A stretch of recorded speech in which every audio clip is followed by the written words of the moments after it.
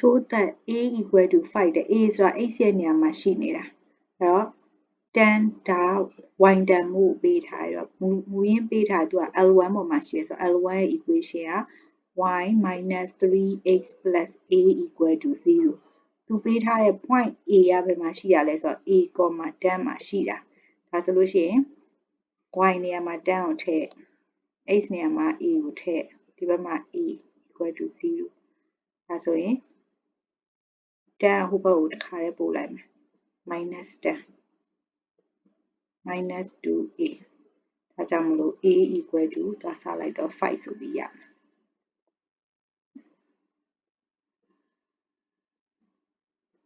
အဲ့လိုလေးရရင်ဒါနံပါတ် a နံပါတ် b က x exit at the point b တဲ့ write down the coordinate of b L1 ပဲအဲ့တော့ cross the y exit ကိုဖြတ်တယ်ဆိုတော့သူက x က 0 ဖြစ်ပြီးတော့ y မှာ y မဲ့တန်ဖို့ရှိတာเนาะဒါကြောင့်မလို့ at y exit မှာဆိုလို့ရှိရင် y minus 3 into 0 plus a ရရှာပြီလား5 equal to 0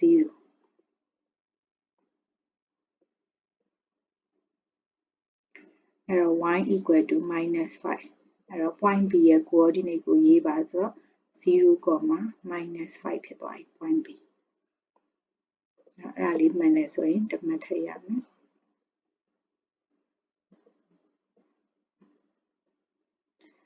point c ရဲ့ coordinate ကတဲ့ point c ရဲ့ coordinate 50, minus 5သူကじゃ line မတူတော့ L2 ကိုရောက်ပြီ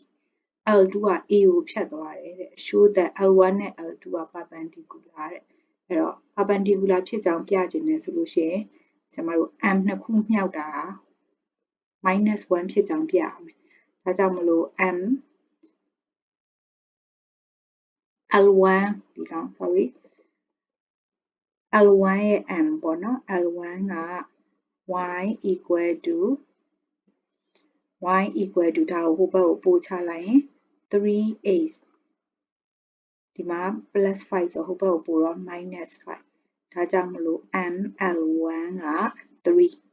y equal to mx plus c နဲ့နှိုင်းယှဉ်ထားတာเนาะ y equal to mx plus c နဲ့နှိုင်းယှဉ်ထားတာဆိုတော့ဒီမှာရှိတဲ့ m L1 မှာရှိတာ3ဟုတ်ပြီเนาะအဲ့တော့ L2 အတွက်ကိုရှာမယ်အဲ့တော့ L2 အတွက်ဆိုလို့ရှိရင် m L2 ဒီ y2 minus y1 by x2 minus x1 နဲ့ရှာမှာ L2 ကဘယ်မှာရှိတာလဲဆိုတော့ခုနကသူဘာပြောလဲဆိုတော့ a နဲ့ c နဲ့ကိုဖြတ်တာเนาะ a က 5, 10နဲ့ c ကကြတော့ဒီမှာဒါလေးရှိတယ်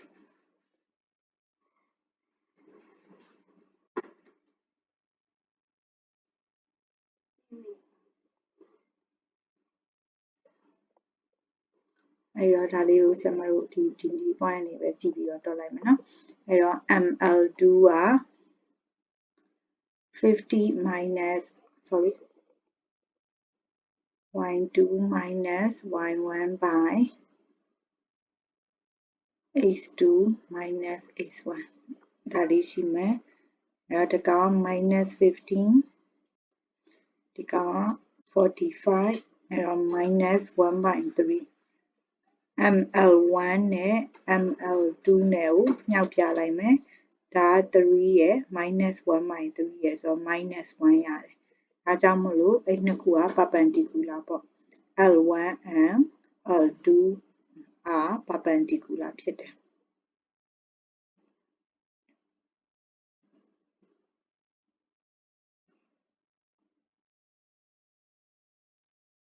နံပါတ် C ရဲ့ 1လေးဒါလေးอ่ะ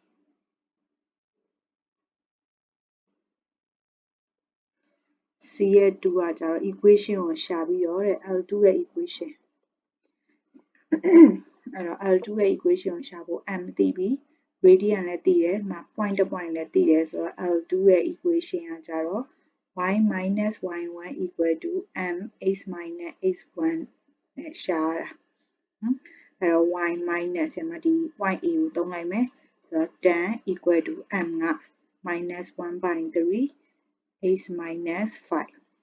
ပြီးရင်တော့ y equal to ဘာညာနဲ့ထုတ်ခိုင်းတာမို့လို့ y equal to minus 1/3x plus 5/3 plus 10ဒါလေးကိုတွက်လိုက်မယ်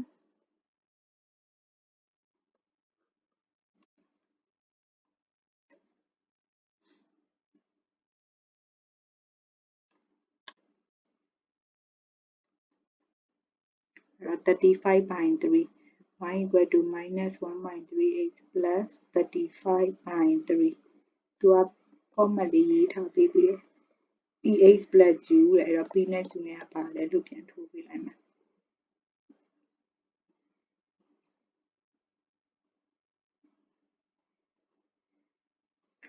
ဒီပုံစံလေးရတော့ပါတယ်အဲ့ဒါလေးတွက်နိုင်နေဆိုရင်ဒါကနောက်ထပ်2မဲရမယ်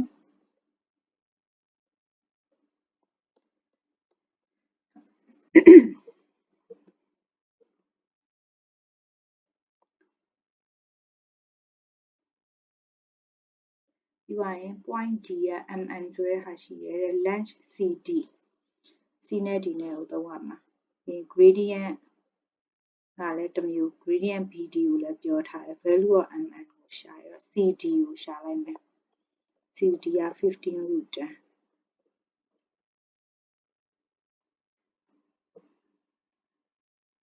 sorry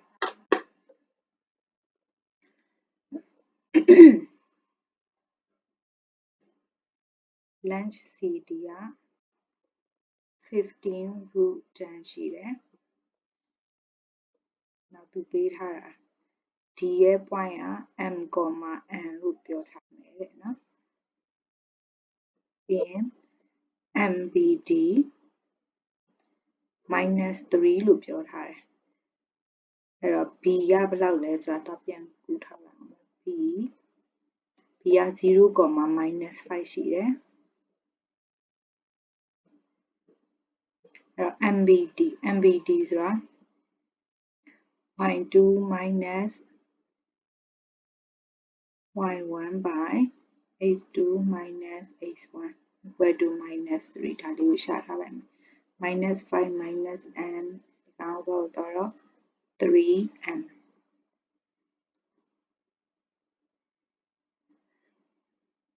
အဲ့တော့ n ကိုယူလိုက်မယ်ဆိုရင် minus 5 minus 3n နော်ဒီလိုလေးလောက်ထားလိုက်မယ်အဲ့ပြီး length CD ဆိုတော့ဒီကဒီမှာ C point ကိုတစ်ချက်တော့ကြည့်လိုက်အောင်မယ် C က 50, minus 5 C လေးဒီမှာရေးထားလိုက်မယ် 50, minus 5အဲ့တော့ length CD ကဒါပေးထားရတော့ length ကိုလိုချင် square root of y2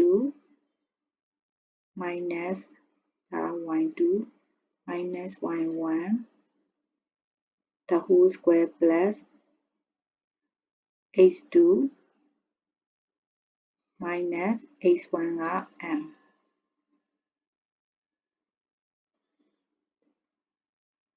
equal to 15 root 10အဲ့ဒီ root တွေကိုပြအောင်လို့ဟိုဘက်ကိုပို့လိုက်မယ်နော်ဒါတွေကိုဖြန့်ပါမယ်ရှေ့ကိန်းနှစ်ထပ်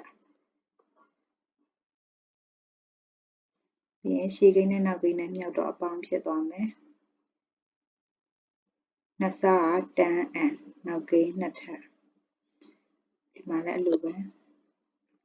ရှေ့ကိန်းနှစ်ထပ်ရှေ့ကိန်းနဲ့နောက်ကိန်းနဲ့မြောက်တယ်နောက်ကိန်းနှစ်ထပ်က m square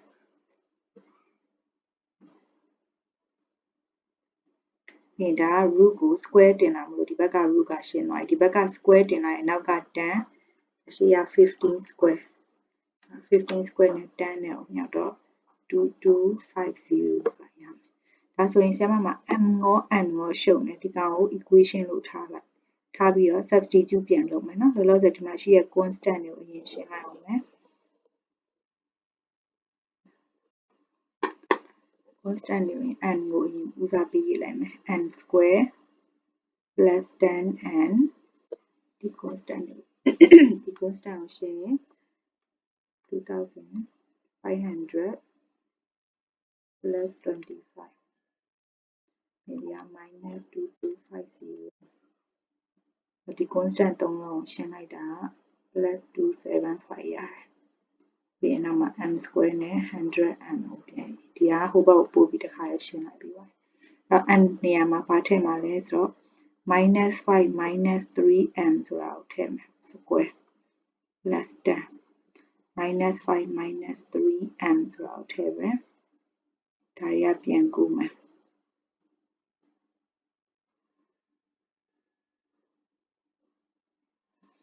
အဲ့တော့25 30m 9m square minus 50 minus 30m ဒါတွေကပြန်ကူမယ်နော်အဲ့ဒါမှာ m တူတာတွေကိုစုလိုက်တော့ဒါ 10m square m တွေကိုစုမယ် minus 160m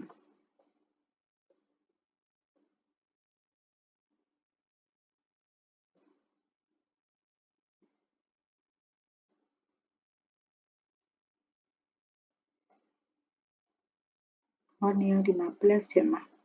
အဲ့ဒီဟာလေးက plus ဖြစ်သွားပြီဆိုရင်ကဏ္ဍပြောင်းလိုက်100တန်းတန်းနဲ့ကြည့်တော့ဒါပဲကြက်မယ်နော်ပြီးရင်ဒီကဏ္ဍတွေကိုရှင်းမယ်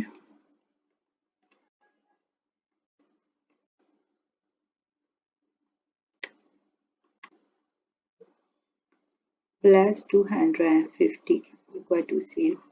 ဒါဆို corrective formula mod 53နဲ့ calculator နှိပ်လိုက်မယ် mod 53 10 minus 100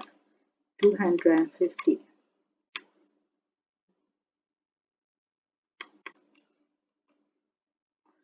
အဲ့တော့ m equal to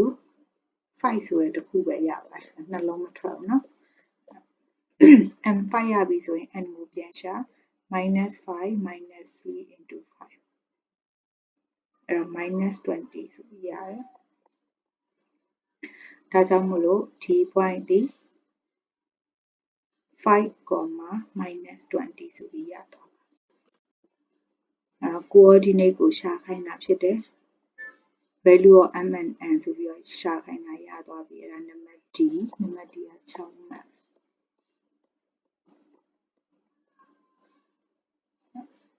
CL1 CL2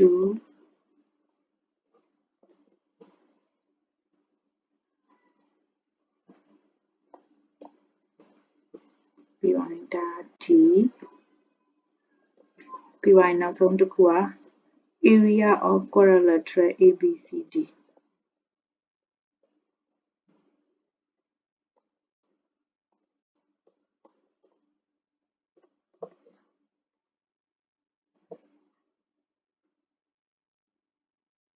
area ကိုတွက်မယ်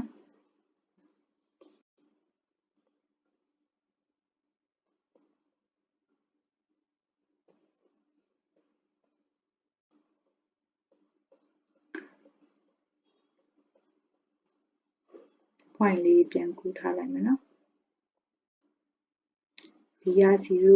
minus 5 C က 50, minus 5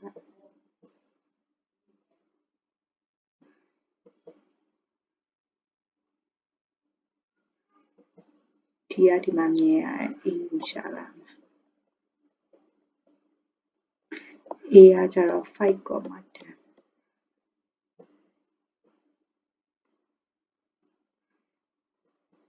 ဒါဆိုဒီ area လေးကိုသိဖို့နေရာအရင်ချကြည့်မှာနေရာအရင်ချကြည့်ရင် A ကကျတော့ 5, 10ခဏလေးနော်မြင်လေးမြင်ရအောင်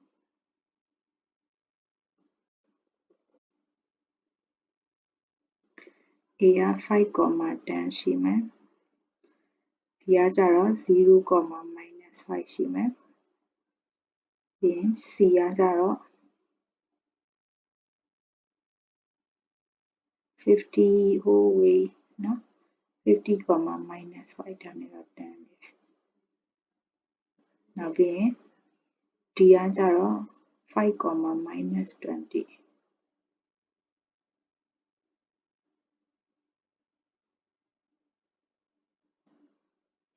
minus 20ဆိုဒီလိုမျိုးလေးရှိတယ်အဲ့တော့သူ့ကိုကြည့်လိုက်တဲ့အခါကျတော့ဆရာမတို့ကဒီလိုမျိုး diagonal နဲ့နှစ်ကြောင်းက perpendicular ကျနေဒီလိုပုံစံတော့မြင်တယ်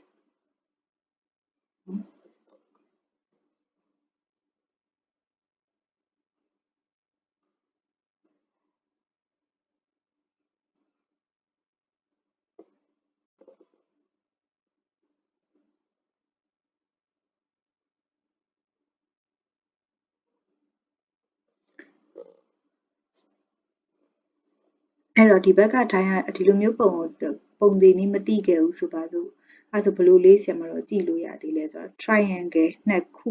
เนาะဒီလိုနှစ်ခုဒီကောင်က base ဒီကောင်က height အဲ့လိုမျိုးလေးလည်းမြင်လို့ရတယ်ဒါဒီဘက် triangle ပေါ့နော်အဲ့လိုမျိုးလေး triangle နှစ်ခုလို့လည်းမြင်လို့ရတယ်เนาะအဲ့ဒါကြောင့်မလို့ဒီ triangle ဆိုလို့ရှိရင် triangle ABC upper triangle ပေါ့နော်ဒီပေါ်ပိုင်း ABC ဒါဒီပေါ့ဒီအပေါ်ပိုင်းလေးအတွက်ဆိုလို့ရှိရင် triangle area 1/2 base ကဒီကောင် B ကနေ C အဲ့တော့ B ရဲ့0အမှတ်ကနေ C က50ဆိုတော့ base က50ဖြစ်သွားပြီနော်ဒီ B ကကြတော့0, minus 5ရှိဟုတ် C က50, minus 5ဆိုတော့ဒီကောင် length က50ရှိသွားပြီ height ကြတော့ဒီကောင် A ရဲ့ point ကိုသွားကြည့်ရမှာ A ကဘာရေးထားလဲဆိုတော့5, 10လို့ရေးထားတယ်ဒါဆို तू ကဒီအောက်က minus 5ဆိုတဲ့နေရာရဲ့ distance ရဲ့ဒီဘက်က10ဆိုတော့အားလုံးမှာ15ရှိတယ်ဒါတစ်ခုဟုတ်ပြီနော်ဒါ upper triangle ရောက်သွားပြီဒါဆိုရင် lower triangle ကကြတော့ BCD ပေါ့နော် BCD လို့ဆိုရင် area equal to 1/2 base ကခုနနဲ့အတူတူပဲ50 height ကကြတော့ဒီ D ရဲ့5, minus 20လို့ရေးထားတယ်ဒါဆိုသူ length က5နဲ့20ဆို15ပဲဒီလိုမျိုးလေးပဲဟုတ်ပြီနော်အဲ့ဒါနှစ်ခုကိုတွက်ပြီးတော့ပြန်ပေါင်းရမှာနော် total area ဆိုပြီးတော့ပြန်ပေါင်းပြီးလိုက်ရင်လည်းရတယ်အဲ့ဒါဆိုရင်ဆရာမတို့ဒီမှာပုံသင်နည်းမမှတ်မိတဲ့သူဆိုရင်ဒီလိုလေးခွဲတွက်လို့ရတယ်လို့ပြောတာပုံသင်နည်းမှတ်မိတဲ့သူကြတော့ဒါ kite ရဲ့ area ကိုရှာတာပေါ့နော် kite area ကိုရှာရဲဆိုရင်ဒီ diagonal နဲ့နှစ်ခုကိုမြှောက်ထပ်လိုက်ရုံပဲဆိုတာကိုသိတယ်ဟုတ်ပြီနော်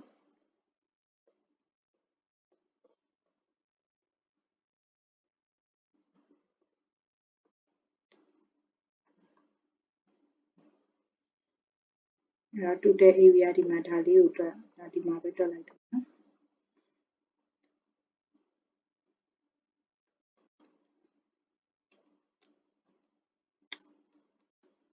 ဒီကောင်က375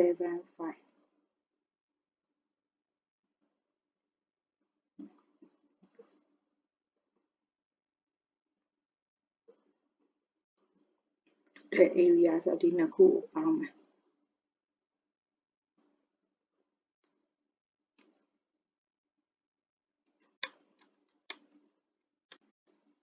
အဲ့တော့750ဆိုပြီးတော့တည်တယ်အဲ့တော့ဒီဟာ kite ပုံလေးထွက်မှန်းသိလို့ဒီလို triangle နဲ့မရှာဘဲနဲ့ဓာတ်ရိုက်ရှာခြင်းနဲ့ဆိုရင်လည်းရတယ်နောက်ဓာတ်ရိုက်ရှာမယ်ဆိုရင် kite ရဲ့ area ကိုရှာမယ်ဆိုလို့ရှိရင်ဒီမှာရှိရဲ့ base ရဲ့50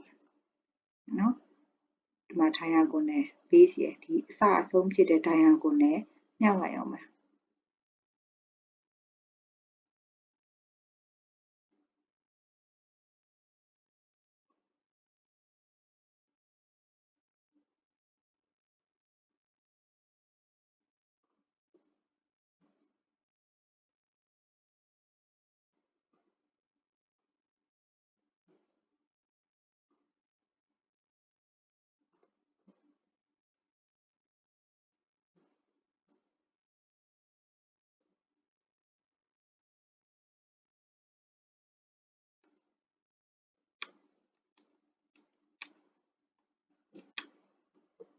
ပြီးတော့